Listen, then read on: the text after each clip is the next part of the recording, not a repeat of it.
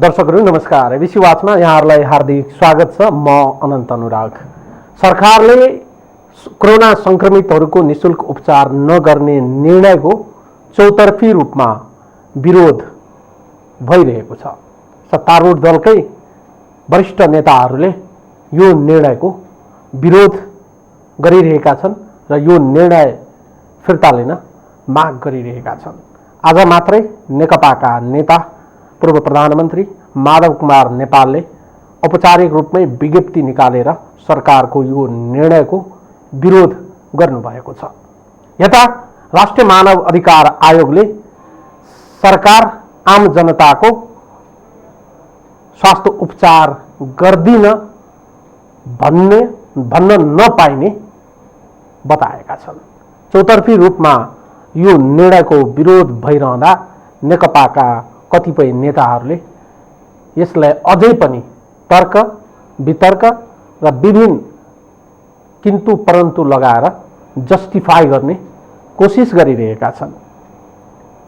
स्वास्थ्य मन्त्रालयका नियमित पत्रकार सम्मेलन अझै पनि निरन्तर रूपमा हामीले सुन्न पाइरहेका छौँ र आम पब्लिक डोमेनमा यसको विरोध भइरहँदा बचाउमा पनि अनेक तर्कहरू प्रस्तुत गरिरहेका छन्। आम जनताको अभिभावक भनेको राज्य नै हो। राज्य आम जनताका अल्टिमेट अभिभावक हुन्। राज्य कुनै पनि हालतमा आफ्ना आम जनताका लागि गर्नुपर्ने दायित्वबाट पछि हट्न पाइँदैन र संविधानले प्रत्याभूत गरेका मौलिक अधिकारहरूलाई हुबहु लागू गर्न राज्य चुक्ने कुनै चाहिँ ठाउँ बाँकी राख्नु हुँदैन। यति भनिसकेपछि राज्यको दायित्व यदि राज्यले निर्वाह नगर्ने हो भने सत्ता सञ्चालन गरिरहेका दलको सरकारको के औचित्य रहन्छ? हामीसँग भर्चुअली जोडिनु भएको छ पूर्व कानुन मन्त्री, सांसद, नेता, नेकपाका नेता शेरबहादुर तामाङज्यू। उहाँलाई कार्यक्रममा स्वागत गरौँ। स्वागत गर्न चाहन्छु तपाईँलाई कार्यक्रममा। हजुर नमस्कार। तपाईँ एउटा प्रश्न बोल्ने कानुनको जानकार पनि हुनुहुन्छ। पूर्व मन्त्री भएको हैसियतले र नेकपाको नेता भएको हैसियतले म तपाईलाई एउटा प्रश्न सोध्न चाहन्छु आम जनताको तर्फबाट। कम्युनिस्टको मूल सिद्धान्त भनेको आम जनतालाई केन्द्रबिन्दुमा राखेर राजनीति गरिन्छ भनिन्छ। कम्युनिस्ट सिद्धान्तको धरातलीय यथार्थ भनेको समाजवाद हुँदै साम्यवादमा पुग्ने लक्ष्य रहेको पाइन्छ। हाम्रो संविधानले नेपालको अहिलेको सत्ता सञ्चालन गर्ने राजनीतिक दल नेकपाको मूलभूत सिद्धान्त समाजवाद उन्मुख लोक कल्याणकारी राज्य व्यवस्थाको परिकल्पना गरिएको देखिन्छ र हाम्रो संविधानको प्रस्तावनामै यही विषयवस्तुहरूलाई चाहिँ मोटो अक्षरले इङ्गित गरिएको देखिन्छ। तपाईँ आफै नेता हुनुहुन्छ नेकपाको, कम्युनिस्ट विचारधारासँग तपाईँ एकदमै चाहिँ नजिक हुनुहुन्छ, पूर्व मन्त्री पनि हुनुहुन्छ, सांसद पनि हुनुहुन्छ। यो कम्युनिस्ट पार्टीको नेतृत्वको सरकार हो भनेर अनुभूत गर्न आम जनताले सकिएको छ? तपाईँ अनुभूत गर्न पाउनु भएको छ एउटा आम जनताको एङ्गलबाट? धन्यवाद। खास गरी अब कुनै एउटा घटना विशेषलाई लिएर अनुभूति भयो भएन भनेर अब हामीले हेर्न मिल्दैन र केही कामहरू अगाडि बढिरहेकै छ र पछिल्ला केही निर्णयहरूले अलिकति जनतामा निराशा छाएको स्थिति छ र हामीले पनि त्यसमा अब विरोध पनि जनाइरहेका छौँ यस्तो नगर्नुहोस् भनेर। र अहिले खास गरी दसैँ पेस्कीको विषयले लिएर ठुलो चर्चा पनि भयो र हामीले संसदीय दल मार्फत निर्णय गराएर यसलाई कोभिड नियन्त्रणको लागि खर्च गर भनेर चाहिँ हामीले निर्णय पनि गरिसकेका छौँ, निर्देशन पनि भइसकेको छ। र कोभिड नियन्त्रणको लागि र यसको उपचारको लागि भनेरै अब तपाईँ राज्यका अरू धेरै बजेटहरूलाई कटौती गर्न सक्छ र तर संविधानले एउटा मौलिक हक भनेर चाहिँ स्वास्थ्य सम्बन्धी हकलाई एउटा मौलिक हकको रूपमा र आधारभूत स्वास्थ्य सेवा चाहिँ निशुल्क पाउने हक चाहिँ संविधानमा उल्लेख भएको छ। र अहिले भर्खर स्वास्थ्य मन्त्रालयले नेपाल सरकारको तर्फबाट स्वास्थ्य सम्बन्धी जारी गरेको निर्देशिकामा आधारभूत चाहिँ एउटा स्वास्थ्य सेवाको रूपमा कोभिड नियन्त्रण अथवा कोभिड सम्बन्धी उपचारलाई अहिले पनि त्यो सूचीमा नराखेको कारणले अहिले सरकारले अब यो चाहिँ हामी सबैले उपचार गर्न सक्दैनौँ भन्ने जस्तो चाहिँ जुन अभिव्यक्तिहरू आयो र हुन त यो प्रसारण हुँदाहुँदै सरकारले यो यस्ता निर्णयहरू पक्कै फिर्ता लिन्छ होला, किनभने हामी सबैको आवाज रह्यो कि अब यस्तो खालको खेलवाड नगरियोस् र जनतालाई उपचार गर्नको लागि खर्च पुगेन भने राज्यको अरू धेरै शीर्षकका बजेटहरू पनि हामी कटौती गर्न सक्छौँ, कटौती गर्नुपर्ने हुन्छ। अहिले जीवन सबभन्दा पहिलो कुरा हो, प्राथमिकताको कुरा जीवन हो। त्यसो भएको कारणले अब जीवनसँग जोडिएको तपाईँको चाहिँ कैयौँ मुद्दाहरू अरू कुनै विकास निर्माणका मुद्दाभन्दा ठुलो हुन सक्दैन। त्यसो भएको कारणले मान्छे बाँच्ने सबभन्दा पहिलो कुरा हो र त्यो बाँच्नको लागि गरिने स्वास्थ्य सेवा र स्वास्थ्य उपचारसँग सम्बन्धित कुराहरूमा यदि खर्च पुग्दैन भने अरू पनि विकास निर्माणका कतिपय योजनाहरूका शीर्षकहरू कटाएर भए पनि हामीले यसमा खर्च गर्नुपर्ने हुन्छ। त्यसैले जनतालाई बाँच्न पाउँछु र बाँच्नको लागि सरकारले मलाई चाहिँ सेवा दिएको छ भन्ने कुराको अनुभूति दिनको लागि यो चाहिँ यो खालको निर्णयहरू फिर्ता लिएर जनतालाई यसलाई आधारभूत तहको स्वास्थ्य सेवाकै रूपमा डिफाइन गरेर अनि त्यस पछाडि जनतालाई निःशुल्क उपचार गर्ने अरू कार्यविधि पनि बनाउन सकिन्छ। अब अलि कसैले म पे गर्छु, म पे गरेर चाहिँ उपचार गर्छु, म खर्च गरेर उपचार गर्छु भन्दा त उसले खर्च गर्ने राइट्स पनि दिनुपर्छ। तर पनि तपाईँको चाहिँ अहिले स्वास्थ्य सम्बन्धी खास गरी कोभिड नियन्त्रणमा यो उपचारमा सरकारी उपचारमा मात्रै होइन, तपाईँको चाहिँ त्यो रोगै लागेर कसैलाई भेन्टिलेटरमा कतै तपाईँको चाहिँ आइसियुमा राखेर उपचार गर्नु पर्यो भने लाखौँ रुपियाँ सकिरहेको स्थिति छ।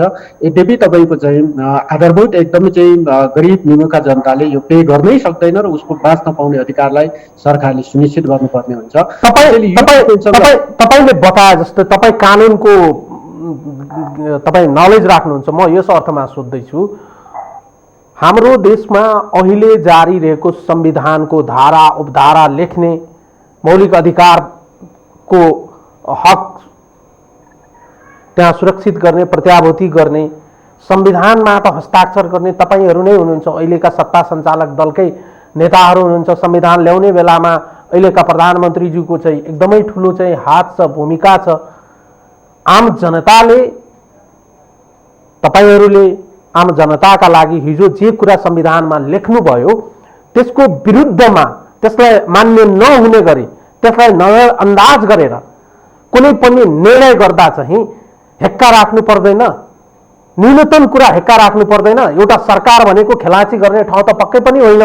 आम जनताको घाँस बाँस कपासको म जिम्मा लिदिनँ भन्ने निर्णय गरेर पछि हट्नुपर्ने यस्तो अवस्था किन सृजना भयो? अब कैयौँ चिजहरू निर्णय गर्ने बेलामा अब धेरै कोणबाट व्याख्या पनि गरिएको होला, हेरिएको पनि होला। तर जसरी हेरे पनि तपाईँले अघि नै भनिहाल्नुभयो, किन्तु परन्तु लगाएर अथवा कुनै पनि कारण देखाएर यस्तो खालको निर्णय चाहिँ गर्नु हुँदैन भन्ने नै हामी सबैको मान्यता हो। त्यसैले मलाई लाग्छ यो निर्णय सच्याइहाल्छ, तुरुन्तै सच्याउने ठाउँमै पक्कै पुग्छ भन्ने हामीलाई विश्वास छ। अब यस्तो खालको चाहिँ निर्णयहरू नहोस् र मौलिक हकले निर्देशित गरेका हकहरू जनताले सुनिश्चित पाउनै पर्दछ र त्यसमा स्वास्थ्य सम्बन्धी हक पनि छ र अरू पनि धेरै मौलिक हकसँग कार्यान्वयनसँग सम्बन्धित कैयौँ विषयहरू चाहिँ हामीले ऐन मौकामा कार्यान्वयन गर्न नसक्नुको कारणले जनतामा केही न केही निराशापन छाउँछ नै। त्यसो भयो भने त्यस्तो स्थिति नहोस् र नेपाली जनतालाई आफ्नो हक सुरक्षित गर्नको लागि जुन संविधानले प्रदत्त गरेका अधिकारहरू हुन् ती अधिकार पाउने कुरामा अब हामीले खास गरी कार्यकारी ठाउँको भूमिकामा रहेको सरकारले त्यो सम्बन्धी निर्णय गर्नुपर्ने हुन्छ र यस्ता कतिपय निर्णयहरू गर्ने बेलामा धेरै विश्लेषणहरू गर्दाखेरि अहिले यसो गर्दा पनि हुन्छ कि त भन्ने कोणबाट कहीँ कतै कुनै दृष्टिकोणको आधारमा गरिएको निर्णय होला। तर आम रूपमा जनताको दृष्टिकोणबाट हेर्दा, पार्टीको दृष्टिकोणबाट हेर्दा र समग्र परिस्थिति हेर्दाखेरि वास्तवमा यस्ता खालका निर्णयहरूले आम रूपमा के असर पर्छ भन्ने कुराको विश्लेषण नगरिकन गरिने निर्णयहरूले अन्ततोगत पार्टीलाई पनि क्षति पुग्छ र सिङ्गै राष्ट्र र जनताले पनि त्यसको नोक्सानी बिहोर्नु पर्ने हुन्छ। त्यसो भने यस्तो निर्णय चाहिँ गरिँदैन र गर्नु हुँदैन र जुन निर्णयहरूको आधारमा नेपाली जनतालाई निराशापन र नेपाली जनताले पाउने उसको मौलिक हकको सुनिश्चितता हुनुपर्ने कतिपय चाहिँ कुराहरू समेत पनि सुनिश्चित नहुँदाखेरि तपाईँले अघि भन्नुभए जस्तै हामी समाजवाद उन्मुखताको कुरा गरिरहेका छौँ। समाजवाद उन्मुख चाहिँ एउटा चाहिँ वास्तवमा यो मुलुकलाई हामीले त्यतातर्फ लाने कुरा गरिरहेका छौँ। तर जनताका आधारभूत तहका चाहिँ समस्याहरू समेत आधारभूत तहका चाहिँ कुराहरू समेत पनि हामीले फुलफिल गर्न सक्दैनौँ, पुरा गर्न सकेनौँ भने स्वाभाविक हो कि यसले भविष्यका दिनहरूमा जनताले जुन खालको आशावादिता जगाउनु पर्ने हो, मुलुकलाई एउटा समृद्धिको दिशामा अगाडि लानको लागि जुन ढङ्गले अगाडि बढ्नु पर्ने हो, त्यो कुरामा चाहिँ काहीँ न काहीँ ठेस त पुग्छ। यो त एउटा गलत मनसायबाट प्रेरित भएको देखिन्छ। जनता रहिती हुन्, जे गर्दा पनि हुन्छ, हामी शासक हो, हामी जनतालाई जसरी राख्न चाहन्छौँ त्यसरी नै राख्छौँ, यो मानसिकताबाट चाहिँ आएको जस्तो देखिन्छ नि, होइन र? यसमा तपाईँको भनाइसँग म सहमतै छु र कसैले जनताबाट निर्वाचित जनताका प्रतिनिधिहरूले ती जनताका नोकर हुन्, जनताका शासक होइनन् र सधैँभरि तपाईँको चाहिँ जनताबाट निर्वाचित व्यक्तिहरूले आफूलाई शासक ठान्यो भने कुनै न कुनै दिन फेरि जनताले त्यसलाई चाहिँ पछाडिहाल्छ। त्यसो भएको कारणले यसमा कुनै दुईमत छैन। किनभने कोही पनि व्यक्ति जनताबाट नै निर्वाचित हुने भएको कारणले ऊ निर्वाचित हुनसाथ म शासक हुँ भन्ने दम्ब पलाउँछ अथवा कुनै पार्टीमा त्यस्तो दम्ब पलाउँछ भने जनताले दण्डित गर्ने समय बेला बेलामा आउँछ। त्यसो भएको कारणले यस्तो दण्डित नहुनको लागि पार्टी स्वयं र पार्टीका व्यक्तिहरू स्वयंले आफैलाई जाँचेर वास्तवमा जनताको सेवकको रूपमा आफूलाई ठानेर अगाडि बढ्नुपर्ने हुन्छ। जसले जनताको सेवकको रूपमा आफूलाई प्रस्तुत गर्दैन, जनताको शासकको रूपमा आफूलाई प्रस्तुत गर्छ, जनतालाई ऐन मौकामा त्यस्ता शासक वा त्यस्ता व्यक्तिहरूलाई त्यस्ता पार्टीहरूलाई दण्डित पनि गर्छ। त्यसैले त्यस्तो दण्डित नहुनको लागि सधैँभरि जनताको माया पाएर, जनताकै काखमा जनताकै सेवा पाएर, जनताकै माया समर्थन पाएर सधैँभरि जनताको सेवा गर्ने हो भने सबै निर्वाचित जनप्रतिनिधिहरू जनताको सेवककै रूपमा स्थापित हुनुपर्ने हुन्छ। किनभने हामीले लोकतन्त्र गणतन्त्र भनेको चाहिँ यो जनतालाई सेवा गर्ने शासन व्यवस्था हो र यसमा निर्वाचित व्यक्तिहरूले वा यसका चाहिँ शासन प्रशासनमा बसेका व्यक्तिहरूले कहिले पनि तपाईँ जनतालाई चाहिँ रैती ठानेर, जनतालाई एकदम तल्लो स्तरमा ठानेर आफू चाहिँ एकदम माथिल्लो कुर्सीमा बसेको, आफू चाहिँ एकदम सम्मानित ठाउँमा बसेको र जनता भनेको केही पनि होइन भन्ने ढङ्गले जसले बुझ्दछ त्यस्ता बुझ्ने व्यक्ति वा त्यस्ता पार्टीहरू जनताले सधैँभरि त्यस्ता पार्टी व्यक्तिलाई सधैँभरि बोकिरहँदैन। त्यसमाले यस्तो नहोस् भन्ने कुरामा हामी पार्टीगत रूपमा सधैँभरि सचेत पनि अपनाएका छौँ, सचेतता छौँ र त्यसैले पार्टीका व्यक्तिहरूले, पार्टीको सरकारले गरेका ऐन निर्णयहरूको बारेमा त्यस्ता निर्णयहरू बेला बेलामा समीक्षा हुन्छ र त्यस्ता निर्णयहरू फिर्ता पनि लिन लगाएका छौँ र अहिले पनि यो पछिल्लो यो कोभिडसँग सम्बन्धित निर्णयहरू फिर्ता गर्नुपर्छ भनेर पार्टीभित्र व्यापक ठुलो दबाव भइसकेको छ। त्यसमाले मलाई लाग्छ केही दिनभित्रै र अब सम्भवतः यो प्रसारण हुँदै पनि वास्तवमा त्यो फिर्ता लिइसकेको स्थिति हुन्छ होला भन्ने हामीलाई विश्वास छ। नागरिक सर्वोच्चताको कुरा गर्छौँ हामी। हाम्रो सार्वभौम सत्ताको स्रोत र मुख्य चाहिँ आधार भनेको आम जनताको नागरिकको हुन्छ भन्छौँ हामी। यो निर्णयमा कतै पनि नागरिक सर्वोच्चताको अंश र केन्द्र देखिन्छ? नागरिक यो लोकतान्त्रिक व्यवस्था गणतान्त्रिक व्यवस्था भनेको नागरिकको सर्वोच्चता नै हो। संविधानले हामीले त्यही कुरा उल्लेख गरेका छौँ कि सार्वभौम सत्ता चाहिँ नेपाली जनतामा निहित हुने कुरा हामीले उल्लेख गरेका छौँ। त्योभन्दा माथि नेपाली जनतामाथि, नेपाली जनताको निर्णयभन्दा माथि अरू कोही पनि हुन सक्दैन। त्यसैले नेपाली जनताको निर्णय, नेपाली जनताको आदेश, नेपाली जनताको भावना भनेको चाहिँ वास्तवमा नेपाली जनतालाई उसले प्राप्त गर्नुपर्ने हकहरूलाई सुनिश्चित गर्नुपर्ने कुरा हो। त्यसो भएको कारणले स्वास्थ्य सम्बन्धी हक पनि जनताले जुन प्राप्त गर्नुपर्ने हक हो र त्यो हकलाई प्राप्त गर्ने कुरा चाहिँ सुनिश्चित गर्नै पर्दछ।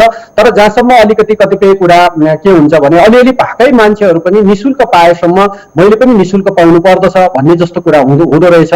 त्यसैले अलि सम्पत्ति भएकोले कमसेकम तपाईँको चाहिँ आधारभूत तहको शोषित पीडित गरिब जनतालाई उपचार गर्न निःशुल्क गर्नलाई सरकारसँग अलि पुगेन भने बरु हामी पनि दिन्छौँ अथवा हामीले गरेको उपचार चाहिँ हामी चाहिँ खर्च चाहिँ पे गर्छौँ भन्ने ढङ्गले आए राम्रो हुन्थ्यो भन्ने लाग्छ। तर पनि कोही नआए पनि केही फरक पर्दैन कि राज्यको दायित्व अल्टिमेटली राज्यको चाहिँ दायित्व हुन आउँछ कि कसैले पनि तपाईँको चाहिँ मैले सकिनँ भन्ने दिन राज्यकै दायित्व हो, राज्यले नै हेर्नुपर्ने हुन्छ र नागरिककै सर्वोच्चताको ध्यानमा राखेर निर्णय गर्नुपर्ने हुन्छ। कतिपय निर्णय नागरिकलाई सर्वोच्चतामा नराखेर, ध्यानमा नराखेर भएका निर्णयहरू हुन् भने विगतमा पनि कैयौँ निर्णयहरू फिर्ता भएको छ। कैयौँ यस्ता निर्णयहरू जुन नागरिक सर्वोच्चतालाई ध्यानमा नराखेर यदि निर्णय भएका छन् भने त्यस्तो निर्णयहरू विगतमा पनि फिर्ता भएको कारणले अहिले पछिल्लो कालमा पनि यस्ता कुराहरूको चाहिँ बहस चल्छ। त्यस पछाडि तपाईँको चाहिँ नागरिक सर्वोच्चतालाई ध्यानमा राखेर नगरिएका निर्णयहरू फिर्ता हुन्छ। संविधानले प्रत्याभूति गरेका विषयवस्तुहरू छन्, संविधानको उल्लङ्घन र केही दिन अगाडि मात्रै सर्वोच्च अदालतले सरकारको नाममा एउटा निर्देशनात्मक आदेश जारी गरेको छ कि आम जनताले निजी ल्याबहरूबाट पनि कोरोना निशुल्क रूपमा चाहिँ जाँच गराउन पाउनुपर्छ। त्यसको लागि सरकारले प्रयास गर्नुपर्छ। तर यी सबै विषयवस्तुहरूलाई एकातिर थान्को लगाएर सरकार अर्कोतर्फ चाहिँ निर्णय गरेर अगाडि बढ्न खोज्छन्। संविधानको उल्लङ्घन, सर्वोच्च अदालतको मानहानि हो कि होइन? यो अब यो चाहिँ कस्तो हो भने हाम्रो नेपाल चाहिँ समग्रमा सबै चिज नागरिकलाई चाहिँ सरकारले नै व्यवस्था गरिदिने मुलुक चाहिँ त्यो क्षमतामा नभइसकेको मुलुक हो र विश्वका एकदम विकसित र सम्पन्न भन्ने मुलुकले पनि सम्पूर्ण चिज नागरिकलाई टोटल निशुल्क गरिरहेको स्थिति चाहिँ होइन र हाम्रो आर्थिक क्षमता, हाम्रो चाहिँ तपाईँको बजेटरी हिसाबले हामीसँग भएको हाम्रो क्षमता, आन्तरिक क्षमताले हामीले त्यो भन्नै सक्दैन। तर यद्यपि कसैले पनि अब मैले उपचार पाइनँ भनेको दिनमा चाहिँ उसको उपचार गर्न पाउने, मैले खाना पाइनँ भन्ने दिन उसलाई खाना पाउन दिनुपर्ने, मैले चाहिँ मेरो बास पाइनँ, मैले चाहिँ कुनै पनि मेरो घर भएन बास पाइनँ भन्ने दिन उसलाई आवासको व्यवस्था गरिदिनु पर्ने राज्यको नै दायित्व हो। त्यसो भएको कारणले त्यो दायित्वभित्र रहेर हामीले गर्नै पर्ने हुन्छ र यद्यपि तपाईँको राज्यको चाहिँ कतिपय साधन स्रोतहरूको कमीको कारणले हामीलाई यो समस्या परिरहेको छ र साधन स्रोतको उपलब्धता र त्यसलाई जुटाउने कुरामा हामीले एकदमै वास्तवमा ध्यानपूर्वक नै अब राष्ट्रले अन्य धेरै कदमहरू अगाडि बढाउनु पर्ने आवश्यकता छ। यद्यपि तपाईँको चाहिँ हामी दुई खालकै मोडेलमा छौँ, राज्यबाट निशुल्क उपचार गरिदिने अनि प्राइभेटलाई पनि वास्तवमा शिक्षा स्वास्थ्य जस्ता विषयहरूलाई हामीले अहिलेको नेपालको कानुनले, संविधानले शिक्षा स्वास्थ्य जस्ता विषयहरू, यो सेवामूलक विषयलाई समेत पनि प्राइभेटलाई समेत पनि यसको चाहिँ सेवा दिन पाउने र प्राइभेटले केही शुल्क लिएर सेवा दिन पाउने खालको कानुनी व्यवस्था छ। हाम्रो अहिलेको चाहिँ व्यवस्था छ, त्यो व्यवस्थाको कारणले शिक्षा र स्वास्थ्यमा पनि प्राइभेटली पनि यस्ता चाहिँ सङ्घ संस्थाहरू आएका छन्, प्राइभेट हस्पिटलहरू छन्, प्राइभेट स्कुलहरू छन्।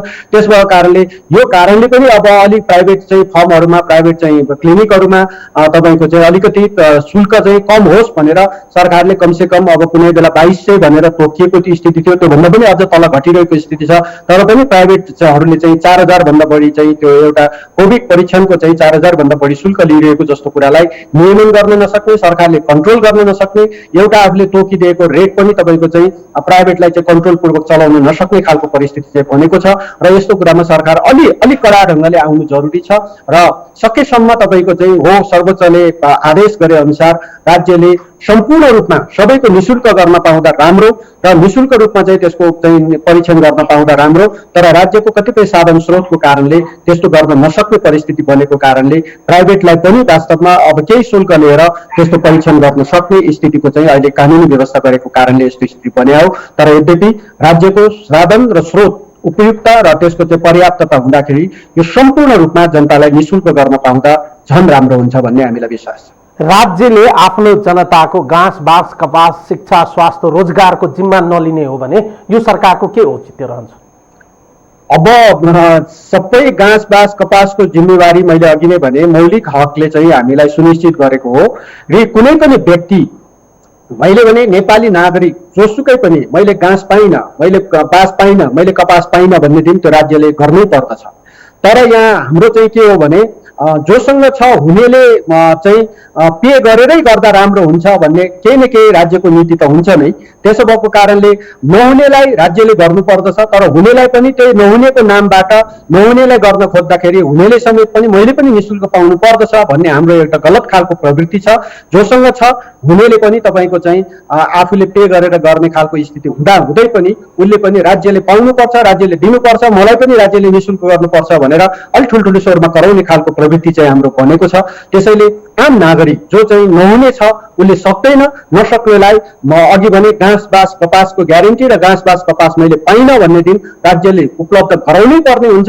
यो राज्यको दायित्व हो र राज्यले चाहिँ यो दायित्व पुरा गर्ने निर्वाह गर्नको लागि संविधानमै यो व्यवस्था गरेको कारणले यसको कुनै दुईमत छैन। नेपाली जनताले संविधान पनि लागू भएन सर संविधान पनि लागू भएन र व्यवहार्यता पनि देखिएन। आज मात्रै केही बेर अगाडि म एउटा चाहिँ रिपोर्ट पढ्दै थिएँ, प्रदेश नम्बर 2 को चाहिँ भारतबाट आएका राजु सदा भन्ने युवकको चाहिँ कोरोना उपचारकै क्रममा मृत्यु भएको थियो र त्यो रिपोर्टले के बताइरहेका छन् भने त्यो रिपोर्टमा चाहिँ त्यहाँ समयमै स्वास्थ्य उपचार हुन नपाएर, रेखदेख राम्ररी हुन नसकेर, चेक जाँच हुन नसकेर निजको मृत्यु भएको चाहिँ रिपोर्ट सार्वजनिक भएको छ। धेरै टाढा नजाउँ सर, यस्ता त हजारौं घटनाहरू होलान् जुन चाहिँ आम मिडियामा नआएको होलान्, हामी तपाईँ कहाँ चाहिँ नपुगेका होलान्, तर टुडिखेलको चाहिँ खुल्ला मञ्चमा चाहिँ दिनौं हजारौं मान्छे चाहिँ खान नपाएर चाहिँ केही युवाहरूको समूहले खाना खुवाइरहेका छन्। राज्यको ध्यान त्यहाँ पनि पुग्न सकेको छैन। आम रूपमा चाहिँ कतिपय मान्छे चाहिँ स्वास्थ्य उपचार नपाएको त हामी देखिरहेका छौँ। एउटा व्यक्ति, सामान्य व्यक्ति काठमाडौँको मा चाहिँ बिरामी पर्यो वा आइसोलेसन बेड खोज्नु पर्यो, आइसियु खोज्नु पर्यो वा भेन्टिलेटर खोज्नु पर्यो भने आज भगवान भेट्लान्, तर ती विषयवस्तुहरू भेट्न गाह्रो छ सर। यो विषयवस्तुहरूको चाहिँ हेक्का साथ सञ्चालन गरेका, नेतृत्व प्रदान गरेका व्यक्तिहरू, सरकारवाला व्यक्तिहरूको कानसम्म नपुगेको हो कि यी त यस्तै हुन्, हामी जे गर्दा नि हुन्छ भन्ने मानसिकता हो सर?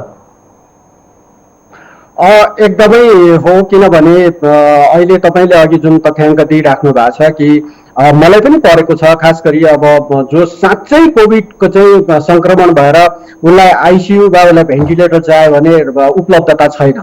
तर राज्यका कतिपय अङ्गहरूले कहिलेकाहीँ वक्तव्य जारी गरिरहेको हुन्छ, पर्याप्त हामीले यति हजार भेन्टिलेटर उपलब्ध थप गरेका छौँ, यति हजार आइसियु चाहिँ थप गरेका छौँ भनिएको छ, पर्याप्त छ भनिएको छ। तर अब साँच्चै परेको बिरामीलाई उपचारको लागि कतै हस्पिटलहरूमा चाहिँ आइसियु छ कि भेन्टिलेटर छ कि भनेर खोज्ने क्रममा मैले पनि धेरै शास्ति बेहोरेको छु। धेरै मान्छेहरूको उपचारको क्रममा अब हामी जनप्रतिनिधिहरूले, जनताले सिधै हामीसँग चाहिँ एउटा अनुरोध गर्छन्, त्यो अनुरोध अनुसार चाहिँ खोजी गर्ने क्रममा त्यस्तो नपाएको स्थिति सत्य हो। र तपाईँको चाहिँ टुडिखेलमा धेरै मान्छेहरू चाहिँ लाइन बसेर खाना खाइरहेको पनि सत्य हो। तर यसमा के हो भने आम नेपाली जनता जसलाई तपाईँको चाहिँ उसलाई चाहिँ खाद्यान्न पुगिरहेको छैन, खानै अभाव भइरहेको छ, नेपाली मन जो चाहिँ एउटा सेवाग्राही मनहरू छ, जसले गर्दाखेरि त्यस्तो चाहिँ सरकारलाई पनि सेवा पुगिरहेको छ, सरकारलाई पनि यसले सघाउ पुगिरहेको छ। यद्यपि कुनै संस्था आएन, कुनै संस्थाले सहयोगै गरेन र तर कोही मान्छे भोकै पर्यो भने त्यति बेला मैले अघि नै भने राज्यकै दायित्व हो, अन्ततगत राज्यकै दायित्व हो। र जो मनहरूले जसले चाहिँ तपाईँको चाहिँ सेवा भावले एउटा त्यस्ता चाहिँ व्यक्तित्वहरूलाई, त्यस्ता चाहिँ मान्छेहरू जसलाई चाहिँ तपाईँको खाद्यान्न पुगिरहेको छैन, खाना पुगिरहेको छैन हो, त्यस्ता चाहिँ महानुभावहरूले, सङ्घ संस्थाहरूले जसरी सहयोग गरिराख्नु भएको छ, यो चाहिँ एउटा सहयोगी भावना हो। त्यसो भएको कारणले त्यो भावनाको बिचमा हामी छौँ र हामी हो त्यस्तै स्वास्थ्यको उपचार पनि त्यस्तै होस् भन्ने सरकारले अलिकति आशय राखेको जस्तो बुझिन्छ। किनभने जोसँग छ हुनेले नहुनेलाई चाहिँ सेवा गरौँ, उपलब्ध गरौँ र अहिले यो चाहिँ एउटा महामारीको रूप लिइरहेको छ। यस्तो स्थिति बनेको कारणले यो सबैले सबैलाई सहयोग गरेर अगाडि बढ्ने खालको स्थिति बनाऊँ। कसैले कसैलाई आरोप लगाउने, दोष लगाउने भन्दा पनि सबैले एउटा सहयोगी भावनाका साथ अगाडि बढ्दा मात्रै हामीले चाहिँ यो कोरोनालाई पराजित गर्न सक्छौँ। नत्र भने आरोप लगाउँदै बस्ने, कसैले मैले गरेँ फलानले गरेन भनेर आरोप लगाउँदै गऱ्यो भने आफूले जे गरेको छ गरेको कुरालाई जिन्दाबाद गर्दै अरू नगर्ने कुराहरूलाई पनि सपोर्ट गर्दै अगाडि बढ्ने खालको परिस्थिति बन्नुपर्ने हुन्छ। यद्यपि तपाईँको चाहिँ फेरि पनि म तपाईँलाई जोड दिन चाहन्छु, कुनै पनि दिन कुनै पनि नागरिक कुनै अर्को सङ्घ संस्था वा कसैको सहयोगी पनि पाएन, सहयोग पनि भएन भन्ने दिन त्यो त अल्टिमेटली राज्यकै जिम्मेवारी हो, राज्यकै दायित्व हो, राज्यले पुर्याउनै पर्दछ। त्यो पुर्याउन सक्दैन यदि भने त्यो म पुर्याउन सक्दिनँ भनेर कसैले भन्छ भने त्यस्ता सक्दिनँ भन्नेले वास्तवमा जिम्मेवारी नलिनु नै राम्रो हुन्छ। राज्यसँग सीमित साधन स्रोत होलान् सर, मान्न सकिन्छ। हामी जस्तो देशका लागि, हाम्रो जस्तो देशमा राज्यसँग एकदमै चाहिँ लिमिटेसन चाहिँ होलान्। यदि हाम्रो राज्य ढुकुटीमा पैसा छैन आम जनतालाई शिक्षा, स्वास्थ्य, रोजगारको प्रत्याभूति गर्नका लागि भने हामीले चाहिँ सांसदको लागि दसैँ खर्च, सांसद विकास कोष आदि इत्यादि किन राखिनु पर्यो सर? जनता बाँचे पो विकास होला, जनतै रहेन भने के को लागि विकास गर्ने होला?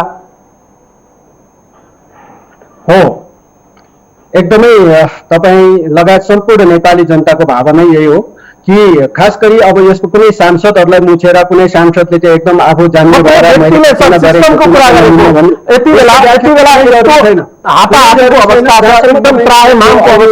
कतिपय दसैँ भत्तासँग जोडेको, पेस्कीसँग जोडेको कुराहरू हामीले हिजो सिस्टम बनाएनौँ। सिस्टम एकुरेट बनाउनु पर्दछ। त्यसो भएको कारणले त्यही सिस्टम बसोस् भनेरै पार्टीहरूका संसदीय दलहरूले निर्णय गरेर यो रकमलाई सांसदहरूले चाहिँ खर्च गर्ने भन्दा, व्यक्तिगत रूपमा आफ्नो चाहिँ दसैँ खर्चको रूपमा खर्च गर्ने भन्दा यो खर्च वास्तवमा चाहिँ कोभिड नियन्त्रणमै खर्च होस् भनेर निर्णय नै गरिसकेको अवस्थामा यसमा चाहिँ तपाईँको चाहिँ अब फेरि अरू बहसको जरुरी छैन। र जहाँसम्म तपाईँको चाहिँ खास गरी बजेट पुगेन, अझै पनि बजेट पुगेन भने कुनै फरक पर्दैन। मैले अघि नै भने मान्छेको जीवन बाँच्ने सबभन्दा प्रथम कुरा हो। त्यसले जीवन बाँच्नै समस्या पर्यो भने त्यति बेला कुन बाटो बन्यो कि बनेन, कुन चाहिँ तपाईँको चाहिँ कुलो बन्यो कि बनेन महत्त्वपूर्ण कुरा हुन सक्दैन। त्यसबाहेकले त्यति बेला मान्छेको जीवन बाँच्ने कुरा प्रमुख प्राथमिकतामा पर्छ। त्यसैले यो कोरोना नियन्त्रण, कोरोना लगायतका अरू पनि रोगहरू छन्, अरू रोगले पनि मान्छे मरिरहेको छ। त्यसैले मान्छे बाँच्ने कुरा प्राथमिक कुरा भएको कारणले बाँच्नको लागि गर्नुपर्ने सम्पूर्ण दायित्व र भूमिका हामीले निर्वाह गर्नै पर्ने हुन्छ। सरकार त्यो दायित्व र भूमिकाबाट पन्छिनै मिल्दैन र यस्ता खालका निर्णयहरू कहीँ कतै भएको छ भने त्यस्ता निर्णय फिर्ता लिन्छ। सरकारलाई कहाँ खोज्ने सर? सरकार कहाँ भेटिन्छ? हामीलाई आम जनतालाई सरकार कहाँ भेटिन्छ? प्रत्येक दिन चाहिँ साँझ 4 बजे चाहिँ टेलिभिजनको स्क्रिनमा 1 घण्टा स्वास्थ्य मन्त्रालयको प्रेस ब्रिफिङ सुन्नलाई, कि सरकार चाहिँ आम जनताको घर दैलोमा, आम जनताको मन मस्तिष्कमा, आम जनताको अनुभूतिमा कहाँ खोज्ने सर? अब सरकार त अहिले खास गरी 3टा तहकै सरकार बनेको कारणले नै अहिले वास्तवमा कोभिडमा जुन ढङ्गको अहिले केही न केही सकारात्मक कामहरू भइरहेकै छ। स्थानीय तहहरूले तपाईँको चाहिँ त्यहाँ आइसोलेसन वार्डहरू बनाउने, बेडहरू तयार गर्ने, मान्छेहरूलाई चाहिँ राम्रोसँग सुरक्षित रूपमा राख्ने, कतिपय ठाउँमा अब भनौँ न मास्क स्यानिटाइजर वितरण जस्ता कुराहरू स्थानीय तहले नै सञ्चालन। सुन्नु भएन सर, तपाईँ सुन्नु भएन भने म फेरि तपाईँ एउटा सरकारले चाहिँ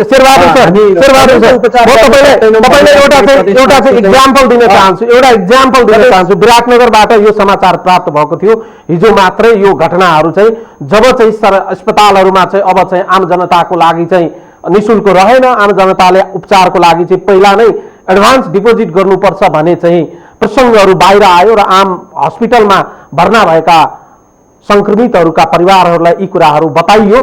त्यसपछि चाहिँ पैसा नभएका आम सङ्क्रमितहरू चाहिँ सङ्क्रमणकै अवस्थामा जसो तसो अस्पतालबाट भागेर आफ्नै घरमा बाँचिन्छ कि मरिन्छ भनेर घर जान बाध्य भएका छन्।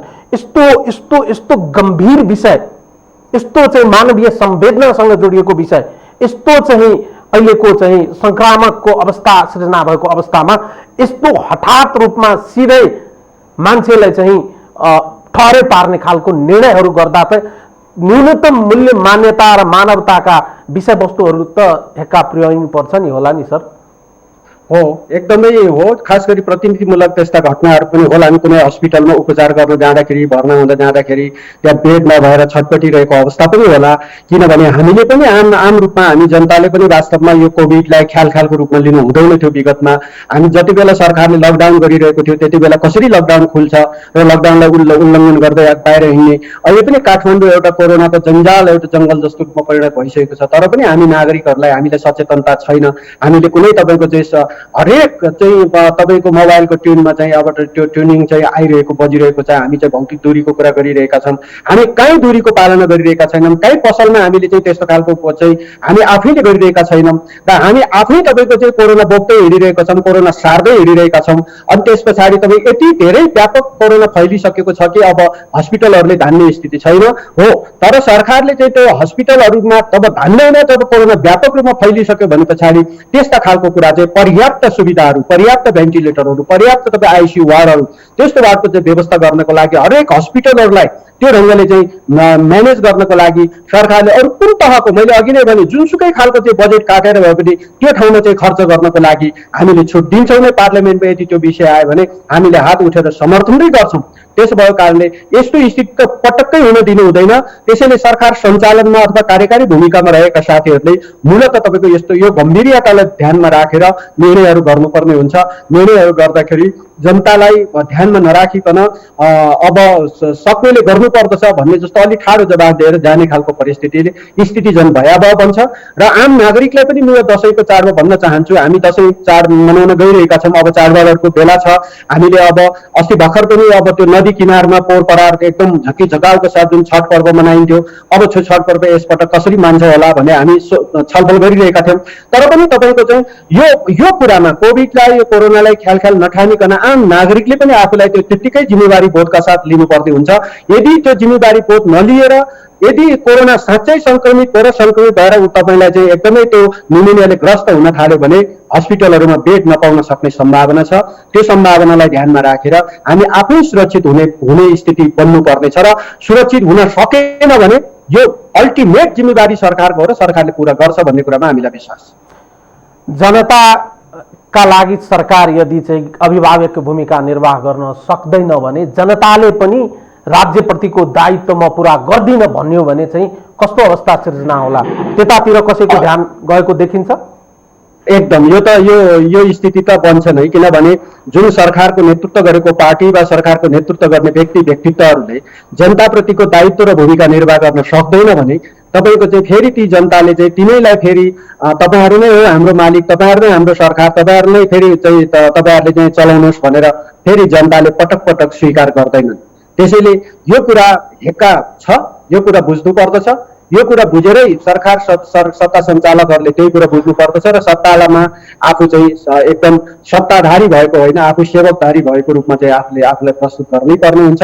त्यसैले यो कैयौँ निर्णयहरू गर्दाखेरि जनता नै सबभन्दा प्रमुख, जनता नै सार्वभौम सत्ता सम्पन्न भएको हुनाले जनताले गर्ने निर्णय नै अन्तिम निर्णय हो र हामी सरकार भएर निर्णय गरिरहँदा पनि अथवा तपाईँको चाहिँ स्थानीय तह अथवा जुनसुकै तहले निर्णय गर्दा पनि त्यो जनताकै लागि हो र कुनै व्यक्ति विशेष वा कुनै तपाईँको चाहिँ ठाउँ विशेषको लागि भनेर गरिनु हुँदैन। त्यो चाहिँ आम जनतालाई कसरी सेवा पुग्छ, कसरी तपाईँको चाहिँ जनतालाई शिरमा राखेर चाहिँ निर्णयहरू हुन्छन् भन्ने कुरालाई ध्यानमा दिनुपर्ने हुन्छ। सरकारसँग व्यवस्थापनको क्षमता नभएको हो कि दृष्टिकोणको कमीले हो कि रणनीतिक रूपमा सरकारसँग योजना नभएर हो, यो के कारणले भइरहेको छ? तपाईँ मन्त्री पनि हुनुहुन्थ्यो, तपाईँलाई त्यहाँको मेकानिजम थाहा छ। कहाँ समस्या भयो? व्यवस्थापनको समस्या हो, दृष्टिकोणको समस्या हो र उत्कृष्ट योजना नभएर हो, बेस्ट प्लान नभएर हो? अब मूलत तपाईँको चाहिँ दृष्टिकोण नै कमीहरू जस्तो लाग्छ हामीलाई। दृष्टिकोणमा कमी भए पछाडि योजना पनि कमी हुन्छ, त्यसपछि योजनै राम्रो बनेन भने कार्यान्वयन पनि कम हुन्छ, कार्यान्वयन पनि हुन सक्दैन। त्यसैले एउटा क्षमताशाली, एउटा क्षमतापूर्वक आफ्नो दृष्टिकोण चाहिँ निर्माण गर्न सक्ने र त्यो अनुसार गाइड गर्न सक्ने क्षमता त चाहिन्छ। त्यो क्षमता हुन सकेन भने अब स्वयं जसले जिम्मा लिएको छ उसले पनि दुःख पाउँछ र नेपाली जनताले त दुःख पाउने नै भयो। त्यस कारणले त्यो दुःख नपाउनको लागि र सबैले चाहिँ वास्तवमा नेपाली जनताले पनि सेवा पाउनको लागि र जो निर्णयमा बसेको छ, निर्णायक ठाउँमा बसेको छ, उहाँहरूलाई पनि उहाँहरूको मूल्याङ्कनको पनि राम्रो हुनको लागि भनेको चाहिँ एउटा दृष्टिकोण, राम्रो एउटा चाहिँ सही दृष्टिकोण बनाएरै कार्यक्रम बनाएर कार्यक्रमबाट कार्यान्वयन गर्नुपर्ने हुन्छ। यस्तो गर्न सकेन भने त्यो फेलरको रूपमा अगाडि बढ्छ र फेरि जनताले दण्ड दिने बेला आउँदाखेरि चाहिँ राम्रैसँग दण्ड पाउने स्थिति बन्छ। नेकपाभित्र 101 चाहिँ ठुल्ठुला नेताहरू हुनुहुन्छ, महारथी नेताहरू हुनुहुन्छ। 3-4 जना त पूर्व प्रधानमन्त्री नै हुनुहुन्छ। उहाँहरू राज्य सत्ता त एकदम लामो समयसम्म सञ्चालन गरिरहनु भएको छ। एकदम पुराना नेताहरू हुनुहुन्छ, नेपालको चाहिँ लोकतान्त्रिक आन्दोलन हाकेर यहाँसम्म आउनुभएको छ। त्यस्ता नेताहरू भएको पार्टीभित्र पनि दृष्टिकोणको कमजोरी छ भनेर चाहिँ भनिरहँदा चाहिँ यो त चिन्ताको विषय हो। यो देशको लागि, यो देशका जनताका लागि र हामी आम नेपालीका लागि। हामी त्यस्तो पार्टीलाई मतदान गरेका छौँ जुन पार्टीसँग राज्य सञ्चालन गर्ने न दृष्टिकोण छ, न सोच छ, न प्लान छ, तर आम जनताले चाहिँ बहुमत दिएका छन् र राज्य चाहिँ सञ्चालन गर्न जिम्मा लगाएका छन्। यो त चिन्ताको विषय हो सर। एकदम म तपाईँलाई खास गरी के भन्न चाहन्छु भने कार्यकारी ठाउँमा जो बस्दछ, कार्यकारी ठाउँबाटै कार्यकारी काम हुने हो र अरू तपाईँले जो पूर्व प्रधानमन्त्रीहरू, ठुल्ठुला नेताहरू एउटा दृष्टिकोण भएको पार्टीको रूपमा तपाईँले व्याख्या गरिरहनु भएको छ, सत्य हो, सबै छन्। पार्टी पनि ठिक छ, पार्टीभित्रका चाहिँ आफ्ना दृष्टिकोणहरू पनि राम्रा छन्, यसका थुप्रै नेताहरू पनि छन्। तर जो कार्यान्वयन गर्ने ठाउँमा हुन्छ, कार्यान्वयन गर्ने ठाउँले चाहिँ यो कुराको चाहिँ हेक्का राखेर यो सबै कुराहरूको सल्लाह राय, सल्लाह सुझाव लिएर अगाडि बढ्यो भने स्वाभाविक छ हो, निर्णयहरू राम्रा हुन्छन्। निर्णय राम्रो भएपछि त्यसको चाहिँ कार्यक्रम राम्रो बन्छ, कार्यक्रम राम्रो बनेपछि कार्यान्वयन पनि राम्रो हुन्छ। तर तपाईँको चाहिँ आफै हिँड्न खोज्ने र आफूले जो कार्यकारी जिम्मा पाएको छ त्यो जिम्मा पाएको व्यक्ति स्वयं सबै मै हुँ, सर्वेसर्व मै हुँ, मैले गरेको कुरा सबै कुरा ठिक छ, मैले कुनै आदेश जारी गरेँ भने त्यही आदेश सत्य हो, मैले चाहिँ कोभिड नियन्त्रणको लागि चाहिँ अब खर्च हामी बेहोर्दैनौँ भनेर मैले भन्छ भने पनि त्यो पनि सत्य हो, त्यो पनि तपाईँको चाहिँ सर्वस्वीकार्य हुनुपर्दछ, सबैले मान्नु पर्दछ भन्ने जस्तो दम्ब हामीभित्र रह्यो भने र अरू पनि धेरै ठाउँहरूमा हामी यस्तो खालको चाहिँ बोकिरहेका छौँ, यस्तो खालको चाहिँ प्रवृत्तिहरू हामी देखा परेको छ। त्यसैले समग्रमा एउटा चाहिँ पुञ्जको रूपमा सबैका दृष्टिकोणहरूलाई समेटेर जनताले पनि त कति राम्रो दृष्टिकोण राख्छन्। कहिलेकाहीँ तपाईँको चाहिँ सामान्यभन्दा सामान्य नागरिकले राखेको विचार पनि एउटा महान विचारको रूपमा चाहिँ अगाडि आउँछ, तर त्यो सामान्य नागरिकले राखेको कारणले त्यो विचार चाहिँ केही पनि होइन भन्ने ढङ्गले हामीले हेर्ने खालको हाम्रो प्रवृत्ति हो र यो प्रवृत्तिको कारणले स्थिति यस्तो बनेको हो।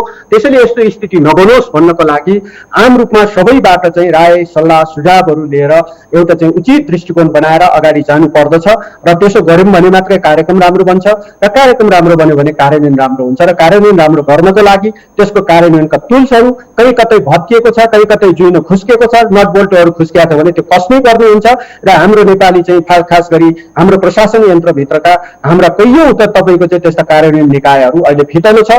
सही ढङ्गले राम्रोसँग भनेको बेलामा कार्यान्वयन गर्ने, भनेको बेलामा तामेली गर्ने खालको स्थिति चाहिँ बनिरहेको छैन। सर, सरकारका पछिल्ला केही निर्णयहरूलाई हामीले एक एक गरी खेलाउने हो भने आम चाहिँ आलोचनाका विषय, आम विरोधका विषय, पार्टी इतर भन्दा पनि पार्टीभित्र पनि त्यसकै आलोचना हुने गरेको, त्यसको विरोध हुने गरेको हामीले चाहिँ एकदमै प्रष्ट रूपमा हेर्दै आएका छौँ।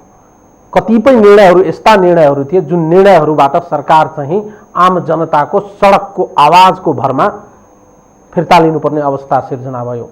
महामारी सुरु भएपछि 3 महिनासम्म जुन प्रकारले चाहिँ एकदमै चाहिँ बन्दाबन्दीको अवस्था रह्यो, त्यो समयावधिभित्र सरकारले के तयारी गरे भनेर चाहिँ खोज्दै जाँदा सरकारको तयारी चाहिँ नभएको, चुकेको चाहिँ प्रष्टै रूपमा देखिन्छ। अब यो कुरा बताइरहँदा चाहिँ सरकारको विरोध मात्रै गर्ने भए मिडियाले भन्ने आरोप लगाउने ठाउँ चाहिँ होलान्, तर आम जनताले अनुभूत गर्ने गरी चाहिँ लकडाउनको सदुपयोग गरेको भए आज जुन अवस्थामा हामी छौँ नि, यो अवस्था आउँथ्यो होला त? अथवा सरकारले जे जति गतिविधिहरू सञ्चालन गरिरहेका छन्, जे जति गतिविधिहरूलाई अगाडि बढाइरहेका छन्, निर्णय गर्दा वा त्यसलाई चाहिँ लागू गर्दा वा त्यसलाई चाहिँ कार्यान्वयन गर्दा, यसको चाहिँ ब्याकफायर चाहिँ अल्टिमेटली कहाँ गएर हुन्छ भन्ने कुराको हेक्का राखेको देखिन्छ। यो सबै मूल्याङ्कन भएकै छ र खास गरी तपाईँको चाहिँ जति बेला कोभिडको हल्ला आयो त्यो हल्लाकै बेलामा हामीले एकदमै कडा खालको लकडाउन गर्यौँ। जति बेला अहिले पनि हामी मूल्याङ्कन गर्दाखेरि त्यति धेरै ठुलो आवश्यकता थिएन। जुन ठाउँमा चाहिँ बढी सङ्क्रमण हुन सक्ने सम्भावित ठाउँहरू छ ती ठाउँहरूलाई अलिकति चेक राम्रोसँग गरे भए यस्तो स्थिति आउँदैन थियो। तर जति बेला अब अहिले एकदमै ठुलो भयावह स्थिति चाहिँ फैलिँदै गएको छ, यति बेला चाहिँ हामी खुल्ला छौँ, हामी सबै ओपन गरिरहेका छौँ। त्यसैले हाम्रा कतिपय चाहिँ काम कारबाहीहरू हामीले फितलो गऱ्यौँ। हामीले त्यो ढङ्गले चाहिँ एउटा व्यवस्थित एउटा योजना बनाएर गर्न सकेनौँ र खास गरी जति बेला एउटा कडा ढङ्गको लकडाउन थियो त्यति बेला हामीले भनिरहेका थियौँ कुनै अर्को मुलुकमा भएको चिज चाहिँ हाम्रो मुलुकमा भएकै छैन, किन हामीले यसरी चाहिँ धेरै ठुलो चाहिँ ध्यान दिनु पर्थ्यो र भन्ने जस्ता अभिव्यक्तिहरू हाम्रो थियो। त्यसैले अब त्यति बेला हामीले अलिक बढी प्राथमिकताका साथ लिएर अब स्वास्थ्य सामग्रीहरू, स्वास्थ्य उपकरणहरू, स्वास्थ्यसँग सम्बन्धित अरू धेरै चिजहरूलाई चाहिँ ठिक छ, कोभिड छैन भने, कोभिड लाग्न दिएनौँ भने अरू ठाउँमा पनि उपचार हुन सक्ने, भोलिका अरू रोगहरू पनि उपचार हुन सक्ने स्वास्थ्य सामग्रीहरू त हामीले व्यवस्थित गर्नै पर्ने थियो नि। त्यसमा त्यस्तो खालको कुराहरूमा हामी काहीँ न काहीँ चुकेकै जस्तो देखिन्छ। त्यसैले अब नचुकोस्, किनभने अब त यति भयावह बन्दैछ र कुनै दिन यस्तो भ्रष्ट हुनेवाला छ कि यो कोभिड चाहिँ, यो कोरोना यो अहिलेको भन्दा पनि अझ ठुलो वर्स्ट कन्डिसन हुँदा पनि हामी त वर्स्टभन्दा वर्स्ट कन्डिसनमा हाम्रो तयारी के हुन्छ भनेर अहिले नै सोचेर तयारी गऱ्यौँ भने हामीले यसलाई नियन्त्रण गर्न सक्छौँ। तर जति बेला जसलाई आइपर्छ त आइपरेकोलाई टारौँला भन्ने जस्तो हिसाबले जाने खालको हाम्रो विगतदेखिको प्रवृत्ति, कोरोनामा मात्र होइन अरू धेरै कुराहरूमा हाम्रो त्यो प्रवृत्ति छ र त्यो प्रवृत्तिको कारणले हामीले चाहिँ टाइमली यसको चाहिँ नियन्त्रण गर्नको लागि व्यवस्थित योजनाहरू बनाउन नसकेको हो। र यो व्यवस्थित योजना बनाउनको लागि मैले अघि नै भने कि खास गरी कार्यकारी ठाउँमा ट्याक्कै निर्णायक ठाउँमा बस्ने, कार्यकारी ठाउँमा बस्नेहरूले नै यसको प्रथम जिम्मेवारी लिनुपर्ने हुन्छ र अरू कुरा भनेको हामी जस्ता अथवा अरू आम जनताको भनेको चाहिँ यसको राय सुझावहरू लिने हो र हामीले पनि चाहेको सुझाव, सकेको चाहिँ सुझाव यसो गर्दा हुन्छ कि उसो गर्दा हुन्छ कि भन्ने खालको कुराहरू चाहिँ हामीले दिइरहेका हुन्छौँ। तर यद्यपि तपाईँको चाहिँ कार्यकारी ठाउँले के खालको चाहिँ डिसिजन गरेर अगाडि बढ्छ त्यो कुरा नै कार्यान्वयन हुने भएको कारणले त्यो कार्यान्वयन गर्नको लागि गरिने निर्णयहरू एउटा उचित हुनुपर्ने हुन्छ, जनमुखी हुनुपर्ने हुन्छ, जनतालाई ध्यानमा राखेर गर्नुपर्ने हुन्छ र हाम्रा विगतको कैयौँ काम कारबाहीहरू कैयौँ योजनाहरू हाम्रो चाहिँ अलि जनमुखी भएन कि त्यस कारणले जनता स्तरबाट पनि विरोध भएको स्थिति बन्यो। जे जति निर्णयहरू भइरहेका छन्, गरिरहेका छन् र जनतामाथि थपारिरहेका छन् र पुनः विरोध भइसकेपछि, मिडिया ट्रायल भइसकेपछि, आम जनताको नाडी छामिसकेपछि र आम जनताको प्रतिकार भइसकेपछि निर्णय फिर्ता लिन्छु भन्ने मानसिकताबाट अगाडि बढिरहेका छन्। एकपटक निर्णय गरेर आम जनताको मनभित्र पसेको लागेको चोट, त्यो पीडा, त्यो मार्का, पुनः त्यो निर्णय फिर्ता लिएर आम जनताले को मनभित्र जुन चोट लागेको छ त्यो मेटिन्छ होला र? अब अरू यस्ता अरू पनि थप निर्णयहरू हामीले गर्नै बाँकी छ। खास गरी तपाईँको कोरोना नियन्त्रणसँग सम्बन्धित कुरा त यो भनिहाले कि अहिले मध्यम स्तरको हो र योभन्दा भयावह एकदम वर्स्ट स्तरको चाहिँ कोरोनाको फैलावट हुने सम्भावना छ। यो सम्भावनालाई ध्यानमा राखेर सरकारले अरू तयारी गरिएन भने हो स्वाभाविक छ कि तपाईँको चाहिँ जनताको मनमा लागिसकेको चोट पखाल्न वा त्यसलाई मलम लगाउन साँच्चै कठिन पर्नेछ र त्यो कठिन नपरोस् भनेर अरू थप तपाईँ जनमुखी निर्णयहरू, जनताको पक्षमा गरिने चाहिँ काम कारबाहीहरू अझ व्यापक दायरामा अगाडि आउनुपर्ने हुन्छ र सम्भवतः अब यति कुराहरू भइसके पछाडि र जनताको स्तरबाट हरेक कुराहरूमा खबरदारी गरिसकेपछि, प्रश्नहरू उठिसकेपछि ती सबै प्रश्नहरूको सही जवाब दिन सक्नुपर्ने हुन्छ र सही जवाब दिने क्रममा खास गरी कार्यकारी जिम्मेवारीमा रहेका व्यक्तित्वहरू जो छन् उहाँहरूले त्यसको जवाब दिनुपर्ने हुन्छ र हामी पनि त्यही पार्टीको, त्यही सरकारको एउटा अंग भएको कारणले हामीले पनि जवाब दिनुपर्ने हुन्छ र यस्तो जवाब चाहिँ राम्रोसँग दिन सक्ने गरी त्यही ढङ्गको तयारी गर्नु जरुरी छ। न कि जनतालाई ब्लेम लगाएर, आरोप लगाएर कसैले प्रश्न उठायो भने किन प्रश्न उठाइस् अथवा तपाईँहरू चाहिँ यस्तो गलत ढङ्गको प्रश्न उठाउने गरी किन आयो भन्ने जस्ता ढङ्गले चाहिँ प्रति प्रश्न गर्न थाल्यो भने त्यो त स्वाभाविक छ कि मैले भनिहालेँ कि जनताले त्यसको जवाब दिनेछन् र जनताले जवाब दिएको दिन हामीले स्वीकार गर्नुपर्ने हुन्छ कि त्यो जवाब त्यति धेरै मिठो र हेल्दी हुन सक्दैन। त्यसैले जनताको जवाब पर्खेर बस्न तयार हुनुपर्ने हुन्छ र त्यो तयार भएर जो बसेको छ र तपाईँको चाहिँ जनताले जवाब दिने गरी चाहिँ जो मान्छेहरू बसेका छन् ती मान्छेहरूलाई सधैँभरि तपाईँको चाहिँ जनताको पक्षमा, जनताको चाहिँ अगाडि, जनताको नेतृत्व गरिरहन पाउँछ भन्ने कुनै ग्यारेन्टी हुँदैन। त्यसैले नेपाली जनता नै प्रमुख कुरा हो र नेपाली जनताले प्रश्न सोध्छन्, प्रश्न सोधेको जवाब दिनुपर्ने हुन्छ र जवाब सही दिनुपर्ने हुन्छ। जवाब गोलमटोल गरेर गलत ढङ्गले पनि दिनु हुँदैन र जनताले नै प्रश्न सोधेको कुराको जनताले नै जवाब दिनु पर्यो भने त्यति बेला ती राजनीतिक दल वा ती व्यक्तित्वहरू सधैँभरि जनताको नेतृत्व गरेर बस्न लायक हुन्छन् भन्ने कुराको कुनै ग्यारेन्टी हो। तपाईँ आफै चाहिँ जनप्रतिनिधि हुनुहुन्छ, सरकारको सत्तारूढ दलको सांसद पनि हुनुहुन्छ। सरकारको निर्णयको कारणले गर्दा आम जनताले तपाईँलाई गरेका प्रश्नहरूको उत्तर दिन असहज, अप्ठ्यारो र एक किसिमको नैतिकताको चाहिँ घेराभित्र परेको महसुस हुन्छ कि हुँदैन तपाईँलाई? अब राजनीतिक दल वा राजनीतिक दलको नेतृत्वका व्यक्तिहरूले त्यो त स्वीकार गर्नै पर्ने हुन्छ, किनभने आफूले गरेको कामबाट जनता सन्तुष्ट हुन सकेनन् भने त्यति बेला तपाईँको चाहिँ सहजता महसुस त सधैँभरि हुन सक्दैन। त्यसो भएको कारणले जनताले सहज ढङ्गले जनतालाई दिने सेवा, जनतालाई दिने जवाफ एकदम सहजतापूर्वक ग्रहण गर्नुपर्ने हुन्छ। जनताका चाहिँ सबै खालका प्रश्नहरूलाई सहजतापूर्वक जसले ग्रहण गर्दछ उसले वास्तवमा चाहिँ पुनः फेरि जनताको नेतृत्व गर्ने र फेरि पनि सेवा गर्ने एउटा अवसर प्राप्त हुन्छ। जस्तै तपाईँ सहजता ढङ्गले जनताको चाहिँ जवाब, उक्त प्रश्नको जवाब दिन सक्दैन, ऊ त पुनः फेरि जनताको नेतृत्व गर्न सक्दैनन्। त्यसैले यस्तो खालको बिचमा त हामी हुन्छौँ नै, त्यो परीक्षाको घडीमा हामी हमेसा हुन्छौँ र त्यसो भएको कारणले त्यस्तो परीक्षाको घडीमा जो खरो उत्रिन सक्छ, जसले जनतालाई चाहिँ एउटा जनताको सेवक ठानेर काम गरेको हुन्छ ऊ पुनः जनताको बिचमा नै गइरहेकै हुन्छ, जनताको बिचमा नै उसले चाहिँ आफूलाई स्थापित गरिरहेको हुन्छ। तर तपाईँको चाहिँ कोही एकदम शासकको रूपमा आफूलाई प्रस्तुत गर्छन् भने एउटै पार्टीभित्र पनि कोही मान्छे किन पुनः जनताको बिचबाट आउन सक्दैनन्, किन पटक पटक जनता बिचबाट तिरस्कृत हुन्छन्, किन कोही मान्छेलाई चाहिँ पटक पटक जनताले स्वीकार गर्छन् भन्ने कुरा त यसैबाट बुझ्नुपर्ने हुन्छ। त्यसैले यो व्यवस्था हामीले लोकतान्त्रिक व्यवस्था छानिसकेको कारणले यो व्यवस्थाको बिचमा जनताले पार्टीहरूलाई पनि तपाईँको चाहिँ त्यो कसीमा एउटा जाँचिरहेको हुन्छ। पार्टीभित्र पनि पार्टीभित्रका नेतृत्व गर्ने व्यक्तित्वको बारेमा पनि निरन्तर त्यो चाहिँ जनताको चाहिँ एउटा प्रश्नको कसीमा उत्रिरहनु पर्ने हुन्छ। अहिले कतिपय सन्दर्भमा कतिपय कार्यकारी भूमिकामा रहेका व्यक्तित्वहरूको भूमिकाको कारणले हामी पनि वास्तवमा जनताको प्रश्नको कसीमा छौँ र यो कसीको चाहिँ प्रश्नले जनताले सोधेका त्यो प्रश्नको सही ढङ्गले हामीले पनि उत्तर दिन सकेनौँ भने हामी मात्रै पनि सधैँभरि तपाईँको चाहिँ यो जनताको नेतृत्व गरेर काम गरिरहन पाउँछन् भन्ने खालको कुनै ग्यारेन्टी छैन। अब सरकार पुनः जनताको जन अपेक्षा अनुसार ट्र्याकमा आउने सम्भावना अपेक्षा गर्न सकिन्छ यहाँबाट? म चाहिँ के देख्छु भने अहिले जुन सरकार छ र यसमा सम्भवतः अब केही पछाडि नै यसमा केही न केही अब फेरबदलहरू हुन्छ होला जस्तो लाग्छ र त्यस पछाडि केही न केही अब अहिले नयाँ व्यक्तित्वहरू पनि सरकारमा थपिएको छ। त्यसो हुँदाखेरि केही कार्यकारी भूमिकामा रहेका केही व्यक्तिहरूको सकारात्मक कामले पनि केही न केही सकारात्मक सन्देश जान्छ भन्ने लाग्छ र अब सकारात्मक कामको अपेक्षा गर्न सकिन्छ। केही न केही नयाँ कामहरूको चाहिँ सकारात्मक सन्देश दिने गरी काम हुन्छ भन्ने कुराको अपेक्षा गर्न सकिन्छ। तर यद्यपि तपाईँको चाहिँ हामीले हिजो विगतदेखि जति बेलादेखि सरकार गठन भयो, सरकार गठन हुनुको केही महिनासम्म केही सकारात्मक सन्देशहरू हामीले दिन सकिरहेका थियौँ।